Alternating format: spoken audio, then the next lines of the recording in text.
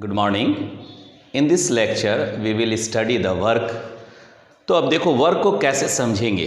सामान्यतः वर्क सभी सिचुएशन को कहते हैं। मीन्स एक दरबान अगर खड़ा है गेट पे तो हम कहेंगे कि दरबान वर्क कर रहा है। अगर आप पैसेंजर को देखते हैं और वो बस के लिए अगर बस स्टैंड पे एक सूटकेस लेके खड़ा है तो भी हम कहते हैं वो वर्क कर रहा है। इस तरह कई सिचुएशन है जहाँ पे हम सभी कंडीशन को वर्क के रूप में देखते हैं। मान लो कोई विद्यार्थी है और वो स्टूडेंट बैठ करके पढ़ रहा है तो भी हम कहते हैं कि ही इज़ डूइंग वर्क। वो स्टडी कर रहा है, वो पढ़ रहा है, वो लेबर कर रहा है। लेकिन फिजिक्स के केस में वर्क का सेंस क्वाइट डिफरेंट है, बहुत ही अंतर है। सामान्यतः हम सभी सिचुएशन में वर्क कहते, लेकिन फिजिक्स में तभी हम वर्क कहते हैं जब फोर्स अप्लाइड किसी बॉडी पे हो और वो बॉडी सर्टेन डिस्टेंस को कवर करे, सर्टेन दूरी को कवर करे, तो ही वहाँ पर वर्क डन कहलाता है। ये बात ध्यान में रखना है। और वर्क को यहाँ पे हम लोग कैसे समझे कि that means the force applied on a body displaces it through a certain distance, then it is said to be work done। ठीक है, तो अभी देखो इसी बात को हम यहाँ पर एक एग्जाम्पल लेकर के कह रहे हैं कि अगर कोई ए बॉडी है और इसको मैं टान रहा हूँ, यहाँ से पुश कर रहा हूँ, खींच रहा हूँ, ठीक है, तो पुल कर रहे हैं, खींच रहे हैं, तो ऐसे में ये क्या हो गया कि यहाँ से मूव करके इधर आया। फोर्स का डायरेक्शन भी इधर की ओर है, फोर्स भी इधर एक्ट कर रहा है और डिस्प्लेसमेंट भी इसी डायरेक्शन पे डिस्प्लेसमेंट है। तो ऐसे में क्योंकि पोजीशन चेंज हुआ from A point to B point पे चला आया, तो ऐसे में ये बॉडी वर्क किया। There is the work due to the force acting on this one, force and the displacement both are the vector quantity। तो हम क्या समझे कि सामान्य में अगर कोई खड़ा है तो वहाँ कोई डिस्प्लेसमेंट नहीं हो रहा है, इसलिए वहाँ पर वर्क नहीं हो रहा है। लेकिन अगर डिस्प्लेसमेंट होता है फोर्स लगने पे अगर डिस्प्लेसमेंट होता है तो ही हम इसको वर्क कहते हैं। एक बार फिर से समझो कि अगर हम कह रहे हैं कि गेट पे खड़ा गेटकीपर है और वो वहाँ पे खड़ा है, संतरी खड़ा है, तो वो वर्क कर रहा है। वहाँ पे संतरी कोई भी डिस्प्लेसमेंट नहीं कर रहा है, कोई भी फोर्स वहाँ पर आप नहीं देख रहे हैं संतरी के ऊपर, मतलब वहाँ जो दरबान खड़ा है उस पर। तो ऐसे कंडीशन पे वो खड़ा है but he is not doing work according to the physics के हिसाब से वो कोई भी वर्क नहीं कर रहा है। तो अभी वर्क को पहले हम लोग देखेंगे। यहाँ पे क्या देख रहे हैं कि वर्क क्या कह रहा है, तो work is said to be done. Work को देखो, work is said to be done, work is said to be done when a force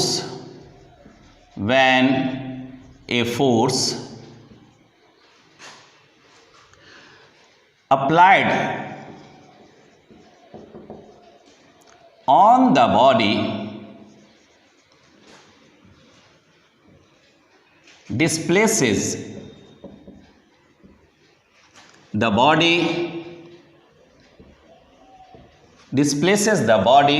through a certain distance,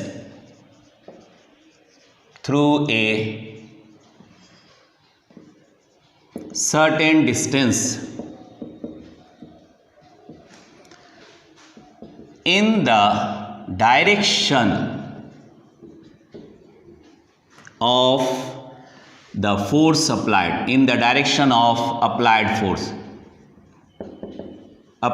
force। तो जिधर फोर्स अप्लाई किया जा रहा है उसी डायरेक्शन में अगर डिस्प्लेसमेंट हो रहा है तो हम वर्क कहेंगे। अब देखो सबसे पहली बात, वर्क यहाँ पर हम ले रहे हैं, ठीक है, यहाँ पे क्या देख रहे हैं कि फोर्स एक्ट कर रहा है और displacement, work is a scalar. तो हम एक जनरल फॉर्मूला बना दिए कि mathematically it is expressed as, mathematically या जनरल फॉर्म भी कर सकते हैं, मैथमेटिकली भी लिख सकते हैं या सीधा सीधी ऐसे भी दिखा सकते हैं कि work that is equal to force into displacement. अब देखो यहाँ पर फिर आ गया, ये तो आप लिख रहे हैं, लेकिन फोर्स क्या है, वेक्टर क्वांटिटी है, हम सब जानते हैं। डिस्प्लेसमेंट क्या है, वेक्टर क्वांटिटी, हम सब जानते हैं। और इन दोनों के बीच में या दो vector in the same act करता है, तो वैसे में ये कैसा प्रोडक्ट करता है, प्रोडक्ट हो रहा है यहाँ पर, दैट इज द प्रोडक्ट। और ये कैसा प्रोडक्ट कर रहा है, तो डॉट प्रोडक्ट कर रहा है या स्केलर प्रोडक्ट कर रहा है।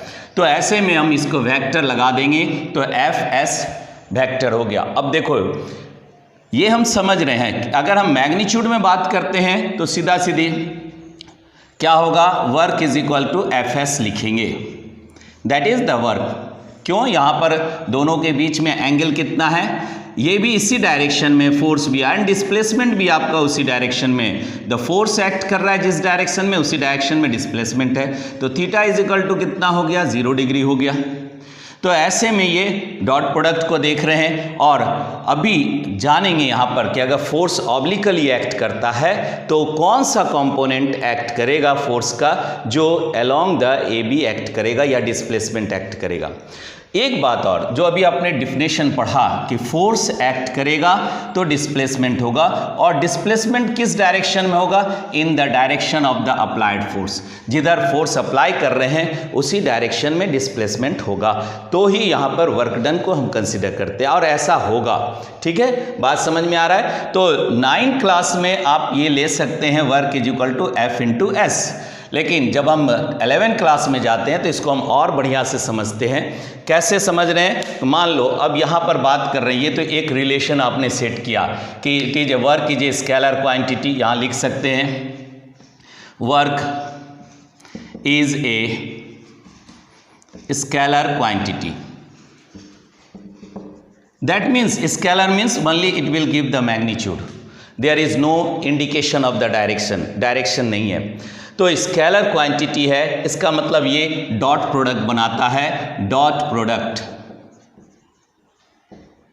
Between the two vector product हो रहा है, या इसी को कह सकते हैं और स्केलर प्रोडक्ट, स्केलर प्रोडक्ट, या इसी को कहते हैं इनर प्रोडक्ट। ठीक है, तो ऐसे में डॉट प्रोडक्ट या scalar product it only give the magnitude.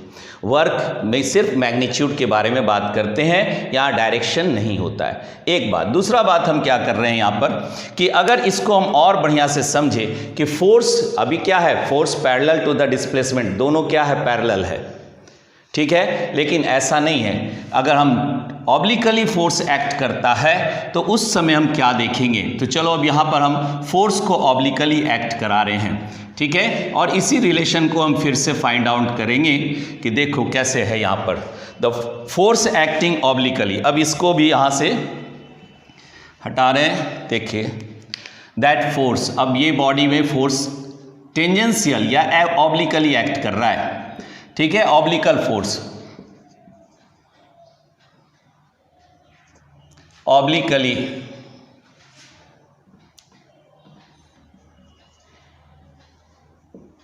Force.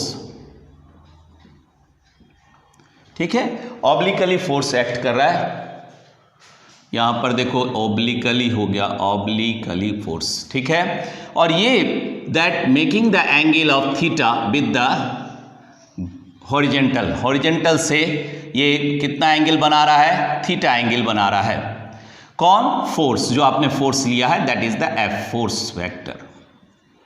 तो फोर्स वेक्टर को हम क्या करेंगे, इसके कंपोनेंट में रिजॉल्व कर देंगे। तो ऐसे में कंपोनेंट में क्या क्या रिजॉल्व होगा, तो अब देखो यहाँ पर ये तो डिस्प्लेसमेंट के बारे में बात कर रहे हैं। फोर्स को दो पार्ट में आपने तोड़ दिया, दैट इज द कंपोनेंट में एफ कॉस थीटा, और एक इधर आ गया वाई कंपोनेंट में that is F sine theta. Theta angle से अब ले रहे हैं, तो कौन सा कंपोनेंट डिस्प्लेसमेंट कर रहा है, और through this one is along the direction of the horizontal, तो F cos theta means the F cos theta is the factor for the movement of the body from A point to the B point, A point से B point के लिए move करा रहे हैं। तो ऐसे में जो वर्क हो रहा है वो कौन सा फोर्स फैक्टर है, तो एफ कॉस थीटा फैक्टर है। अब यहाँ से हमको एक जनरल रिलेशन भी मिल गया, दैट इज द मैथमेटिकल और general relation which represent the dot product of this one. ठीक है, फोर्स का एक्ट करना यहाँ पर, तो हम लिख सकते हैं कि obliquely work done bye a constant, that is the one important character, work done bye a constant force acting obliquely,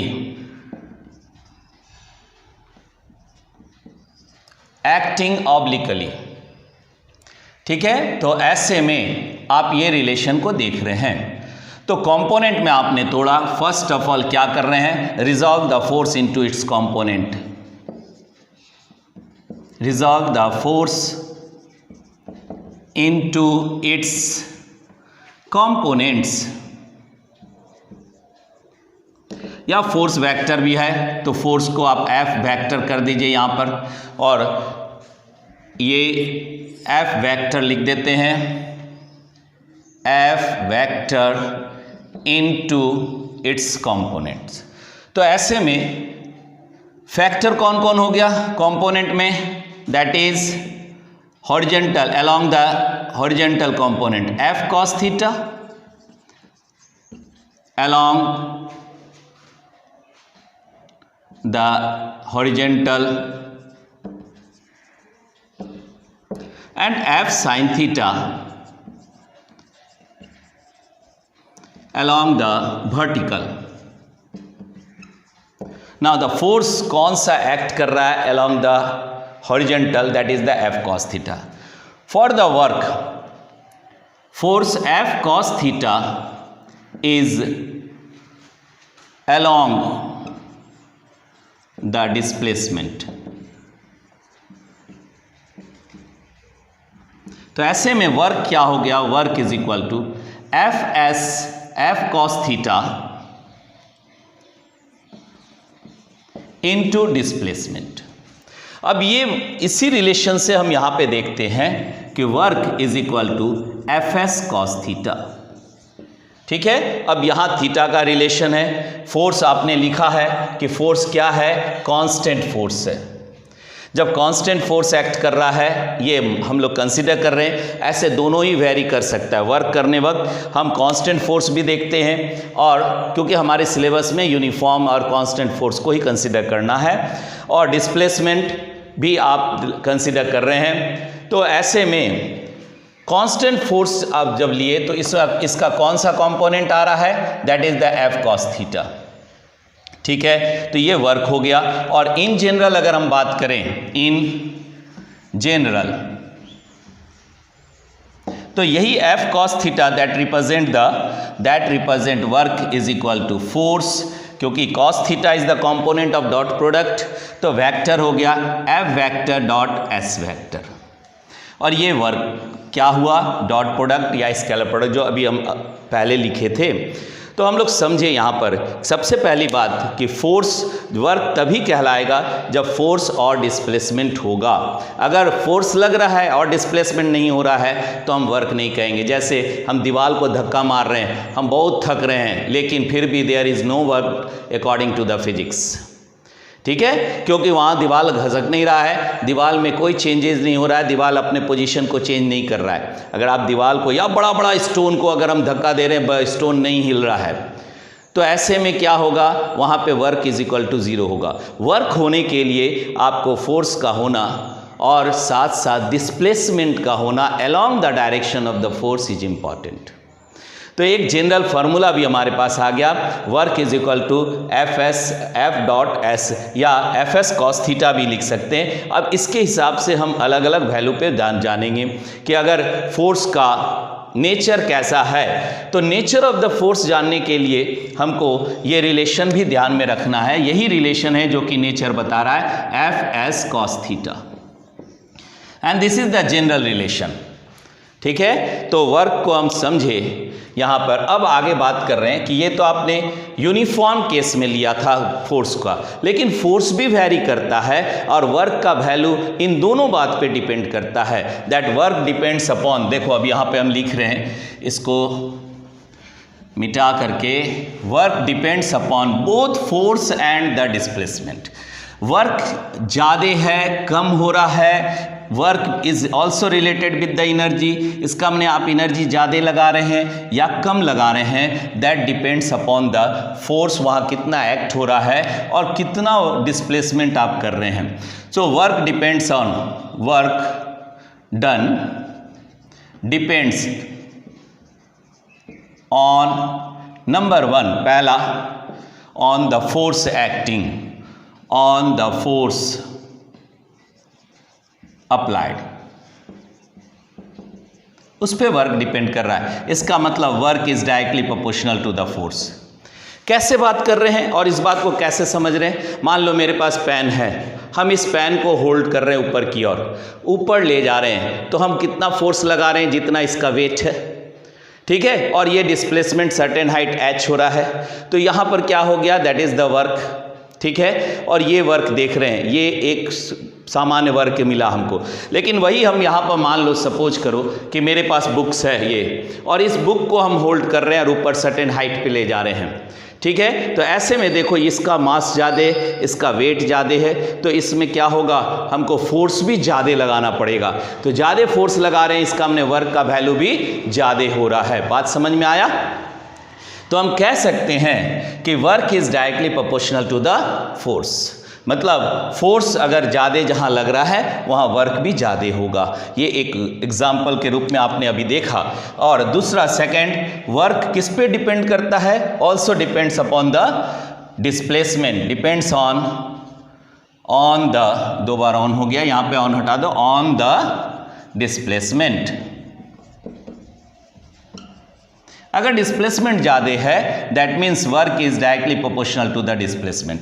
S को हम क्या रिप्रेजेंट किए हैं? डिस्प्लेसमेंट। तो अगर ये ज़्यादा डिस्प्लेसमेंट हो रहा है तो ज़्यादा वर्क को हम कंसीडर कर रहे हैं। इन दोनों फैक्टर पे डिपेंड करता है। साथ साथ एक और फैक्टर जो हम देख रहे हैं यहाँ पर, that is the cost value.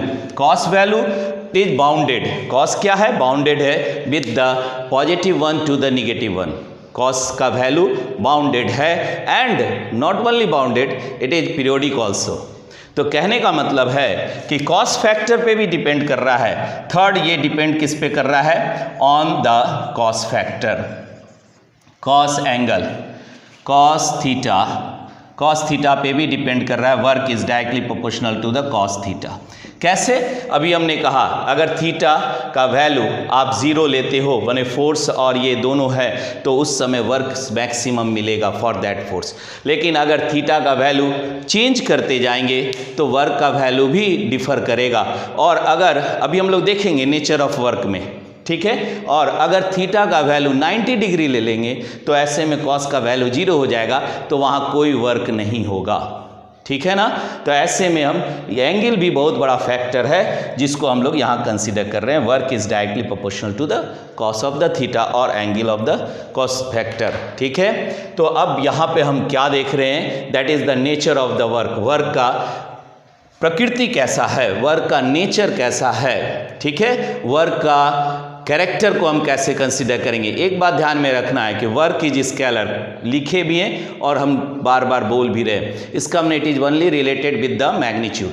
लेकिन देखो यहाँ पे नेचर ऑफ द वर्क कैसा दिखा रहे हैं, मतलब वर्क पॉजिटिव है, वर्क निगेटिव है, या वर्क जहाँ पे नहीं है मतलब 0 वर्क हो रहा है, तो उसका भी सिचुएशन है और उसी सिचुएशन को हम नेचर ऑफ द वर्क कहते हैं।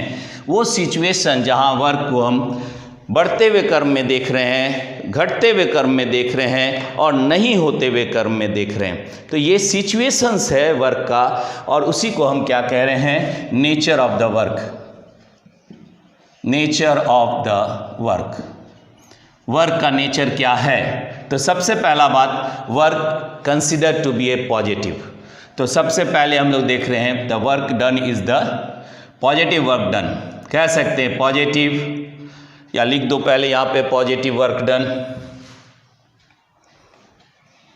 या वर्क इज पॉजिटिव। पॉजिटिव का मतलब क्या है यहाँ पे? अब देखो पॉजिटिव को हम कैसे समझ रहे हैं। सपोज करो कि एक बॉल है और ये ball under the gravity free कर रहे हैं, फ्री मूव कर रहे हैं, ठीक है। तो ऐसे में इस पे जो फोर्स एक्ट कर रहा है वो ग्रेविटेशनल फोर्स एक्ट कर रहा है mg, और ये सपोज करो this is the surface of certain height h। सो यहाँ पे वर्क हुआ क्योंकि डिस्प्लेसमेंट आपने h ले लिया और mg यहाँ देख रहे हैं, दोनों सेम डायरेक्शन में, डिस्प्लेसमेंट का डायरेक्शन भी, h का डायरेक्शन, डिस्प्लेसमेंट भी आप देख रहे हैं। यहाँ से मान लीजिए आपने O कंसीडर किया टू द ओरिजिन एंड यहाँ पर मान लो A कंसीडर किए, तो OA में हमारे पास वर्क कितना हो गया, दैट इज द mgh। और ये क्या है, फोर्स के डायरेक्शन में वर्क हो रहा है, ठीक है। तो यहाँ पे थीटा का वैल्यू कितना हो गया इन दोनों फैक्टर में, मीन्स जो आपने ग्रेविटेशनल फोर्स लिया और जो डिस्प्लेसमेंट आप कंसीडर किए एज ए एच, इन दोनों के बीच में थीटा एंगल कितना है, theta is equal to 0 degree. So on that case the work is considered to be the positive one. यहाँ पर हम वर्क को क्या देखेंगे, पॉजिटिव देखेंगे। तो अब यहाँ पर वर्क कितना हो जाएगा, that work is equal to, इस कंडीशन में हम देख रहे हैं तो वर्क क्या है, यहाँ पे एंगल कितना आपने देखा, थीटा एंगल देखा। अब एक और बात कर रहे हैं, अगर ये मान लो हमने कंसीडर किया और कहीं पर भी थीटा का वैल्यू फ्रॉम जीरो से लेकर के, जीरो मतलब फोर्स का डायरेक्शन एंड द डिस्प्लेसमेंट दोनों सेम डायरेक्शन पे, from theta is equal to 0 to, यहाँ से लेते हुए ये सभी पॉजिटिव होगा, सभी पॉजिटिव होगा अप टू द, यहाँ 90 डिग्री है, just 90 means theta less than 90, theta क्या हो रहा है, लेस देन 90 अगर हम कंसीडर करते हैं थीटा एंगल को, तो 0 से लेकर के 90 तक that will give the positive value, ठीक है। तो हम यहाँ कह सकते हैं कि दैट कंडीशन क्या है हमारे पास, work up to be positive. तो हम यहाँ लिख रहे हैं कि theta that is the angle,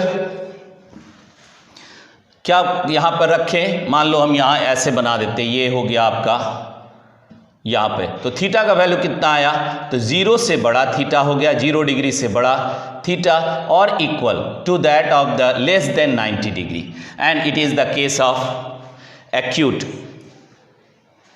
ठीक है। एक्यूट एंगल मतलब यहाँ पर एंगल कितना बन रहा है, तो इसको हम लिख सकते हैं for acute angle work is said to be positive, work done is said to be positive, ठीक है, पॉजिटिव होगा। अब यहीं पर बात कर रहे हैं कि अगर फोर्स का डायरेक्शन, और देखो अब दूसरा कंडीशन हम ले रहे हैं यहाँ पे, ये तो एक आपने देखा, ठीक है।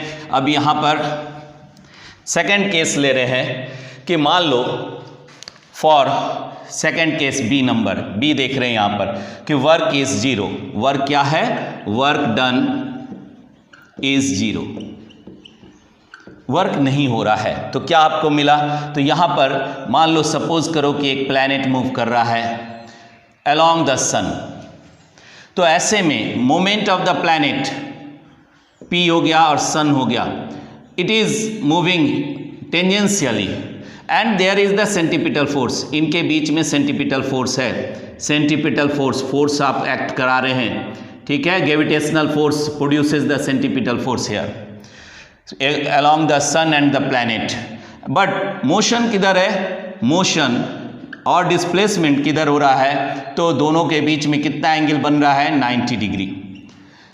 तो ऐसे में कह सकते हैं वर्क क्या हो गया, theta is equal to 90 degree, किसके किसके बीच में, along the force and the displacement, along the force and the displacement.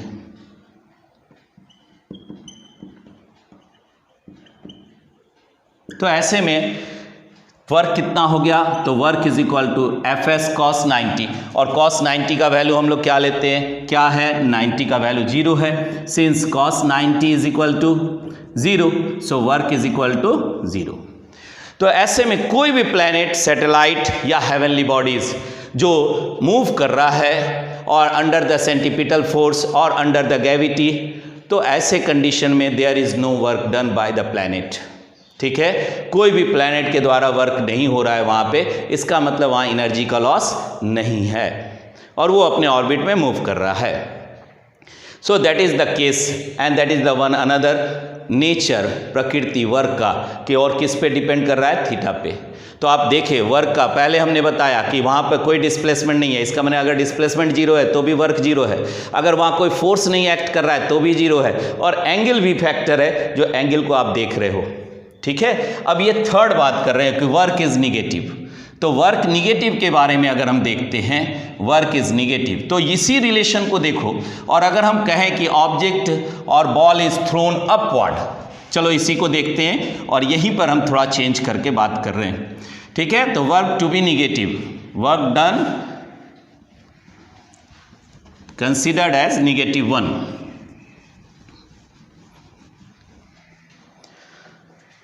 Work done, ये हो गया C number, work done is negative.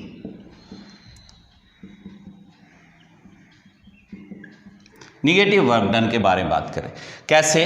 या तो आप ब्रेक को कंसीडर करो, whenever the brake is applied means the opposing appliances, opposite character, dragging force अगर act करता है और उसके बाद भी डिस्प्लेसमेंट होता है तो वहाँ वर्क निगेटिव कहलाएगा। तो ये तो हम ब्रेक के केस में देखें, ऐसे भी देख सकते हैं। मान लो एक बॉल ग्राउंड में रखा हुआ है और इस बॉल को हमने यहाँ से उठा करके सर्टेन हाइट पे फेंका, तो ऐसे में weight mg acting on the ball when it is get free, जैसे ही आपने थ्रो किया, आपने उसको फ्री किया और उस समय उस पर जो वेट ग्रेविटी एक्ट कर रहा है वो डाउनवर्ड, और डिस्प्लेसमेंट क्योंकि एक सर्टेन हाइट को गेन करने के बाद वेलोसिटी जीरो हो जाएगा। दैट मीन्स यहाँ से ये रिटर्न होगा, लेकिन ये जो डिस्प्लेसमेंट देखा दैट इज द हाइट, यहाँ से आपने h जो लिया, ये हाइट अब क्या है, हाइट का डायरेक्शन आप ऊपर ले रहे हैं और वेट जो है, ग्रेविटी फोर्स जो है, फोर्स ग्रेविटी जो आप एक्ट कर रहे हैं वो क्या है, डाउनवर्ड है।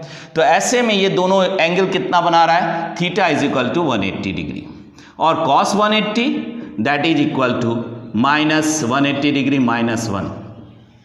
तो ऐसे में वर्क क्या हो गया, तो वर्क इज इक्वल टू आप लिखते हो fs cos थीटा और theta is equal to 180 degree आपने कंसीडर किया, तो ऐसे में work is equal to minus fs। ये माइनस सिर्फ नेचर ऑफ द वर्क बता रहा है, यहाँ कोई डायरेक्शन के बारे में बात नहीं है, वर्क का ये सिर्फ नेचर है। तो हमने ये भी जाना कि वर्क निगेटिव भी है, और जहाँ पर ड्रैगिंग फोर्स एक्ट करता है, जहाँ पर विड्रॉल एक्टिविटीज़ होता है, वहाँ पे डिस्प्लेसमेंट अगर हम देखते हैं तो वो वर्क निगेटिव होता है। ठीक है, इन सब बात पे हम लोग जाने कि वर्क का नेचर कैसा होगा। एक बात और यहाँ पर हम ऐड कर रहे हैं, ऐड क्या कर रहे हैं कि आप ये देखें कि आपने फोर्स लगाया, जैसे हमने कहा कि ये स्टोन रखा हुआ है और ये स्टोन है और इस पे आप फोर्स अप्लाई कर रहे हो और बहुत बड़ा स्टोन है और ये मोमेंट नहीं कर रहा है, no moment, no displacement, no displacement. तो ऐसे में वर्क फिर यहाँ क्या हो गया, work is equal to zero, क्योंकि डिस्प्लेसमेंट का वैल्यू कितना है, एस का वैल्यू कितना है, जीरो है। तो ये भी एक फैक्टर अगर हम डी के रूप में लेते हैं कि दैट वर्क का वैल्यू क्या हो जाएगा, जीरो हो जाएगा। तीनों कंडीशन में कहने का मतलब एंगल भी देख रहे हैं जीरो, डिस्प्लेसमेंट भी नहीं हो रहा है तो भी जीरो, और कहीं फोर्स भी नहीं एक्ट कर रहा है। मान लीजिए ई में आपने बात कहा कि when force is equal to zero, force zero है, तो ऐसे में भी डिस्प्लेसमेंट क्या, वर्क क्या हो जाएगा, work is equal to zero. तो ये तीनों ही बात आ रहा है। अभी हमने कहा फोर्स का वैल्यू भी अलग अलग आप ले रहे हैं, हमने कहा देखा कि पेन को उठाएं उस समय वर्क का वैल्यू अलग है, लेकिन हम कॉपी किताब को लेते हैं और उसको उठाते हैं तो हमको भार ज़्यादा लगता है, तो हमको वर्क ज़्यादा करना पड़ रहा है क्योंकि वहाँ फोर्स का वैल्यू बदल रहा है। लेकिन यहाँ हम लोग कांस्टेंट फोर्स को कंसीडर कर रहे हैं, नॉन यूनिफॉर्म फोर्स को कंसीडर नहीं कर रहे हैं। ठीक है, तो ये यूनिफॉर्म या कांस्टेंट फोर्स जो एक्ट कर रहा है उससे एक जनरल फार्मूला भी हमको मिला, और जनरल फार्मूला हमको क्या मिला, that work is equal to F S cos theta. और यही मेजर है। और इसी को हम ऐसे भी बोल सकते हैं, work is equal to force vector dot S vector, that is the dot product, it is also a good one. ये मेजर है, इंपॉर्टेंट है, यही सब कुछ है, ठीक है। और इससे रिलेटेड आपने वर्क को समझा। अब आ रहे हैं कि वर्क का यूनिट क्या क्या होगा। वर्क का यूनिट देखो, तो अब हम लोग देखेंगे unit of the work. Unit of the work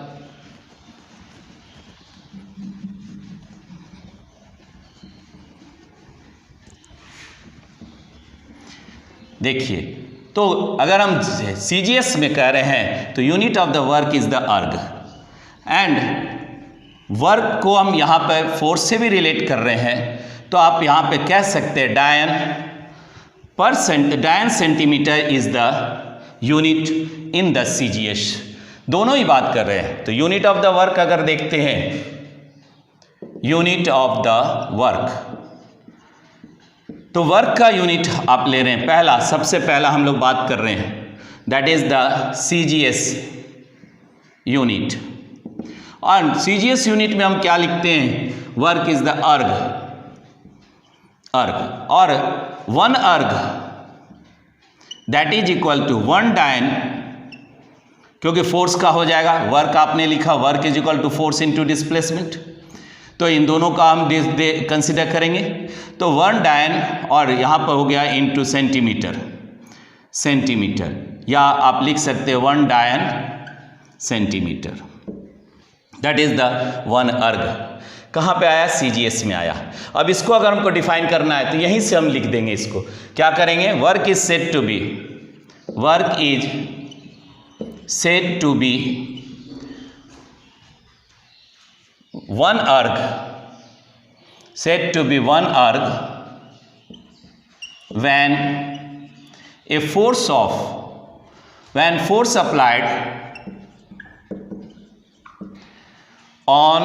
applied या force off कर दो, force of one डायन is applied on the body, displace the body through 1 centimeter, ठीक है, in the direction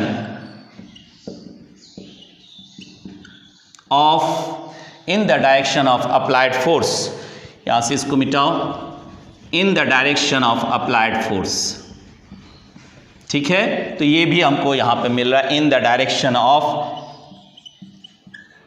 applied force. तो ये एक तरह से हम लोग क्या लिखे, वन अर्ग का डिफिनेशन कर दिए, that is the one erg, the work is said to be one erg when the force of. अब इसी तरह हम सेकंड अगर लेते हैं, B number, for SI unit, MKS unit भी कह सकते हैं, that is the joule, 1 joule. Joule was the scientist जिसके नाम पे एनर्जी के रिलेशन पे आप वर्क को देख रहे हैं, वर्क भी एनर्जी है, वर्क ही एनर्जी है। तो ऐसे में जूल को हम कंसीडर किए और फिर फार्मूला के हिसाब से लिख सकते हैं 1 joule is equal to 1 newton metre. अगर हमको डिफाइन करना है तो फिर हम यही लिखेंगे, work is said to be 1 joule when a force of 1 newton is applied on the body, displaces the body through 1 metre in the direction of the applied force. तो यही चीज़ को सिर्फ हम मटेरियल को अंतर कर रहे हैं। तो अगर हम इसके द्वारा ऐसे डिफाइन करें इसको, तो यहाँ पर क्या क्या चेंजेज किए, देखो अर्क के जगह अब हम यहाँ पे जूल कर दिए और यहाँ डायन के जगह न्यूटन कर दिया, 1 न्यूटन। तो अर्क के जगह हो गया जूल, 1 जूल और 1 न्यूटन,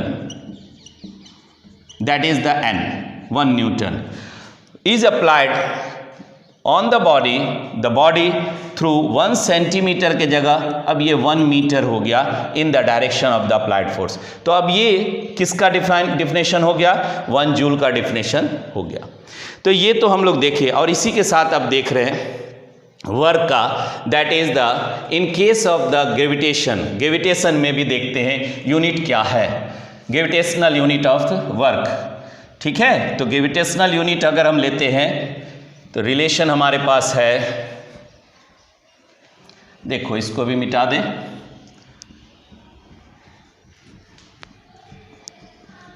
ग्रेविटेशनल यूनिट यहाँ पे, सो ग्रेविटेशनल यूनिट हो गया 1, एक नंबर पहला या सी कर देते, या ग्रेविटेशनल यूनिट यहाँ लिख दे रहे हैं, that is the gravitational unit of work का। तो यहाँ क्या मिल रहा है, ग्रेविटेशनल यूनिट 1, अगर CGS में है, CGS, तो CGS में बात कर रहे हैं 1, that is the gram centimetre, 1 gram centimetre, and that is equal to 1 gram weight, force में आ गया 1 gram weight into centimetre, that is the case of this one. और gram weight is equal to 980, that is the 980, क्या लेंगे, डायन लेंगे, डायन into centimetre, तो ये अर्ग के बराबर हो गया, दैट इज इक्वल टू 980, और 981 भी हम कंसीडर कर सकते हैं, दैट इज इक्वल टू 980 अर्ग। ठीक है, अब ये रिलेशन हमारा CGS का है। इसी तरह हम इसको SI में भी बोल सकते हैं। अगर हम SI में कंसीडर करते हैं, SI यूनिट ग्रेविटेशन में, तो यहाँ पर अब ग्राम के जगह क्या हो जाएगा, that is the kg metre, यहाँ पे बदल गया kg मीटर, और यहाँ पे क्या हो जाएगा, that is the kg wait,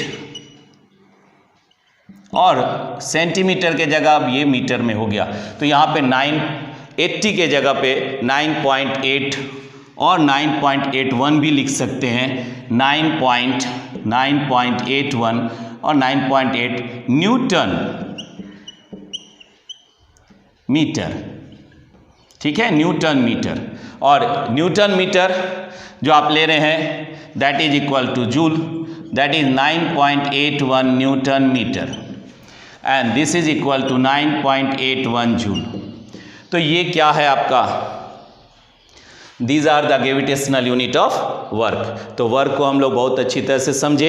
एक बात और लिख देते हैं, that is the dimension of the yo work क्या होगा, तो डायमेंशन भी आप लिख सकते हो, निकाल सकते हो, dimension of the work unit हो गया। देखिए अब डायमेंशन भी हम ले रहे हैं, यहाँ पे dimension of the work is the dimension of work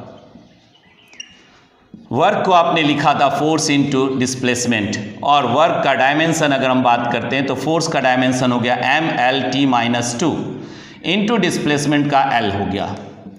तो इसको हम वर्क को डायमेंशनली कैसे रिप्रेजेंट कर रहे हैं, that is mL² T-2 which is the related with the energy also. तो वर्क इज द एनर्जी। तो हम यहाँ पर ये देख रहे हैं कि वर्क का डायमेंशन भी हुआ। तो ये इस तरह से हम लोग वर्क को समझे कि वर्क एक्ट करेगा where there is the force and the displacement together with whatever the angle में भी। सो ऐसे में वर्क होगा, अदरवाइज वर्क भी हम लोग कंसिडर फिजिक्स में नहीं करेंगे। ठीक है, so this all about the work. In the next video, we will see the energy and other related. Good luck to all of you.